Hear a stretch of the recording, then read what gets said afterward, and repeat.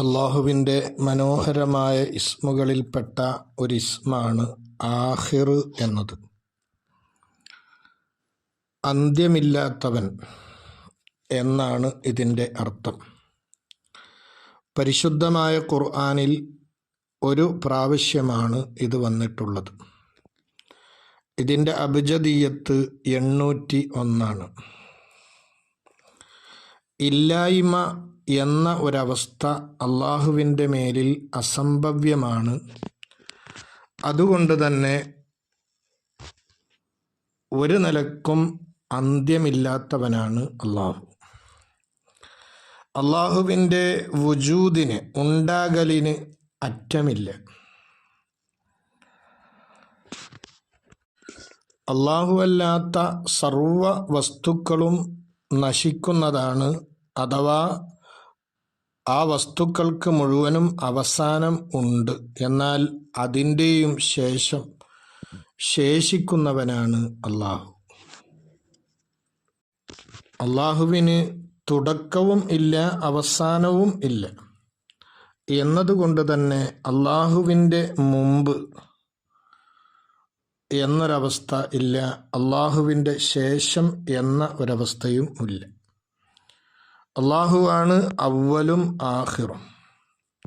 ചില മഹത്തുക്കൾ പറഞ്ഞത് കാണാം, യാ ഖബിലൽ ഖബിലി ലാ ഖബില ഖബിലഹു വയാ ബഅദൽ ബഅദി വൽ ബഅദു ഗാഹിബു.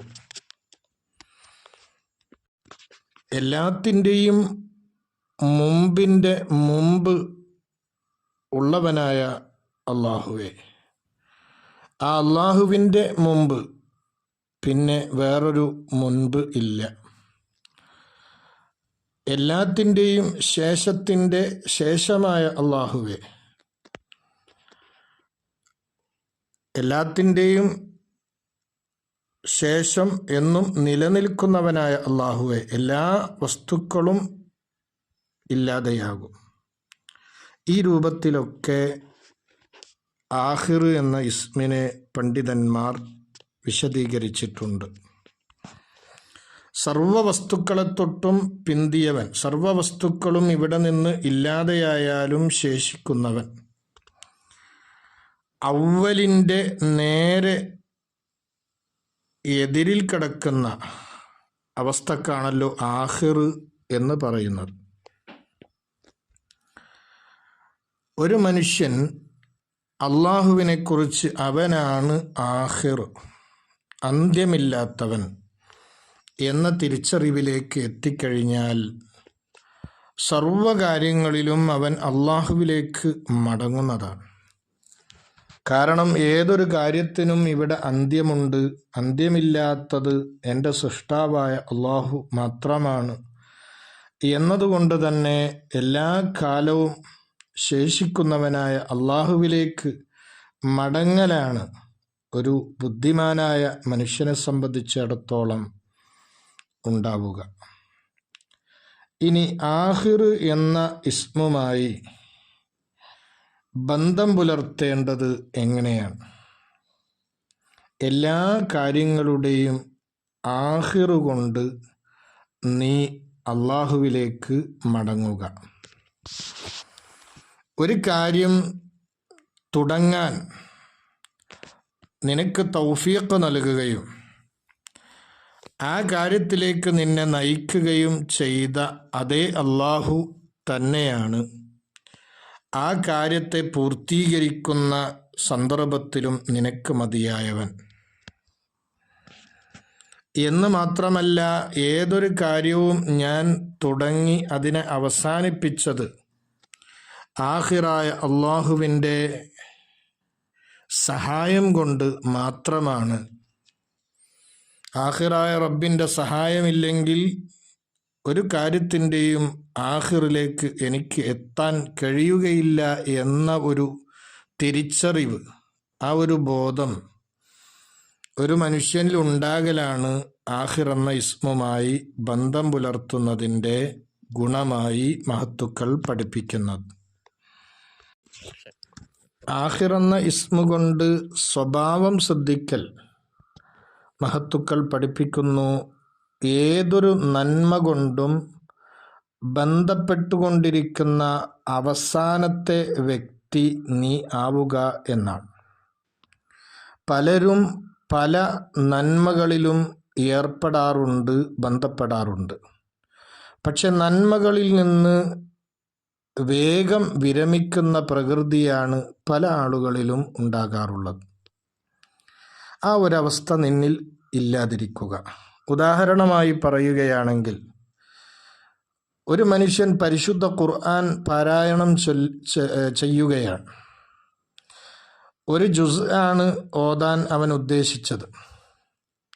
അവൻ ഓതിത്തുടങ്ങി 2-3 പേജാകുമ്പോഴേക്ക് ഇനി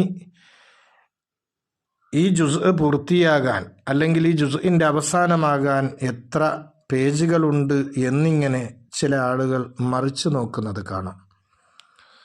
അല്ലെങ്കിൽ ഒരു നിശ്ചിത എണ്ണം ദിക്ർ ചൊല്ലിത്തുടങ്ങുന്ന മനുഷ്യൻ ഇനി ഇത് തീരാൻ എത്രയുണ്ട് എന്ന ചിന്താഗതിയിൽ ആ ദിക്ർ ചൊല്ലുന്നത് കാണാം. തറാവീഹ് നിസ്കരിക്കുന്ന മനുഷ്യൻ 20 ആകാൻ ഇനിയും എത്ര സമയം എടുക്കും എന്ന രൂപത്തിൽ ചിന്തിക്കുന്നവനാകാം. അപ്പം ഈ രൂപത്തിൽ ആകാതെ ഏതൊരു നന്മയിലും അവസാനം ബന്ധപ്പെട്ടുകൊണ്ടിരിക്കുന്ന ആളായി നീ മാറുക എന്നതാണ് ഈ ഇസ്മ കൊണ്ട് സ്വഭാവം ശ്രദ്ധിക്കുന്നതിൻ്റെ അടയാളം. അതേപോലെ തന്നെ നശിച്ചു പോകുന്ന കാര്യങ്ങളിൽ നിന്ന് അകന്ന് എന്നും ശേഷിക്കുന്ന, ഇവിടെ അവസാനമില്ലാതെ നിലനിൽക്കുന്ന കാര്യങ്ങളുമായിട്ട് നീ സർവസമയത്തും വ്യാപൃതനാവുക, ജോലിയാവുക. മറ്റൊരർത്ഥത്തിൽ പറഞ്ഞാൽ ദുനിയാവിൻ്റെ കാര്യങ്ങളിൽ നിന്ന് അകന്ന് ആഖിറത്തിൻ്റെ വിഷയങ്ങളുമായിട്ട് നീ കൂടുതൽ ബന്ധം പുലർത്തുകയും അതുമായിട്ട് നീ ബന്ധപ്പെട്ട് ജീവിക്കുകയും ചെയ്യുക. ആഖിറം എന്നത് ആഖിർ എന്ന വാക്കിൽ നിന്ന് പോകുന്നത് തന്നെയാണല്ലോ.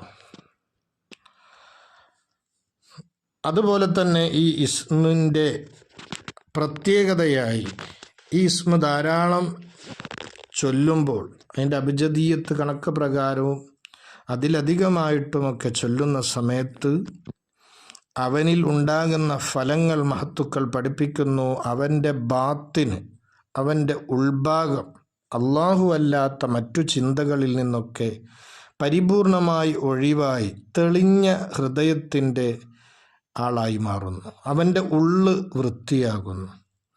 ഓരോ ദിവസവും 100 പ്രാവശ്യം ആഖിർ എന്ന ഇസ്മ പതിവാക്കിയാൽ അല്ലാഹു അല്ലാത്ത മറ്റുള്ള ദുനിവിയായ വിഷയങ്ങളൊക്കെ അവൻ്റെ ഹൃദയത്തിൽ നിന്ന് പുറത്തു പോകും എന്നാണ്. അതേപോലെ തന്നെ ഏതൊരു കാര്യത്തിൻ്റെയും അന്ത്യം നന്നാകാൻ, തുടക്കം പലരും നന്നാക്കാറുണ്ട്, എന്നാൽ തുടക്കം നന്നാക്കിയ പല കാര്യങ്ങൾ തന്നെ അന്ത്യം നന്നാകാതെ പോകാറുണ്ട്. നമ്മളുടെ ഓരോ പ്രവർത്തനങ്ങളുടെ അന്ത്യം നന്നാകാനും നമ്മളുടെ തന്നെ അന്ത്യം നന്നാകാനും ഈ ഇസ്മ ധാരാളമായി ചൊല്ലി ഇതുമായി ബന്ധം പുലർത്തേണ്ടതുണ്ട്. ഓരോ മനുഷ്യൻ്റെയും ആഖിറുൽ കലാം ലാ ഇലാഹ ഇല്ലല്ലാഹയാൽ ദഖലൽ ജന്ന, സ്വർഗത്തിൽ കിടക്കുമെന്നാണല്ലോ. അപ്പം അതുകൊണ്ട് നമ്മളുടെ ആഖിറായ കലാം ലാ ഇലാഹ ഇല്ലല്ലാഹയാകണം. അത് ഈ ഇസ്മുമായിട്ട് കൂടുതൽ ബന്ധം പുലർത്തുമ്പോൾ നമുക്ക് നേടിയെടുക്കാൻ കഴിയുന്ന നേട്ടങ്ങളാണ്.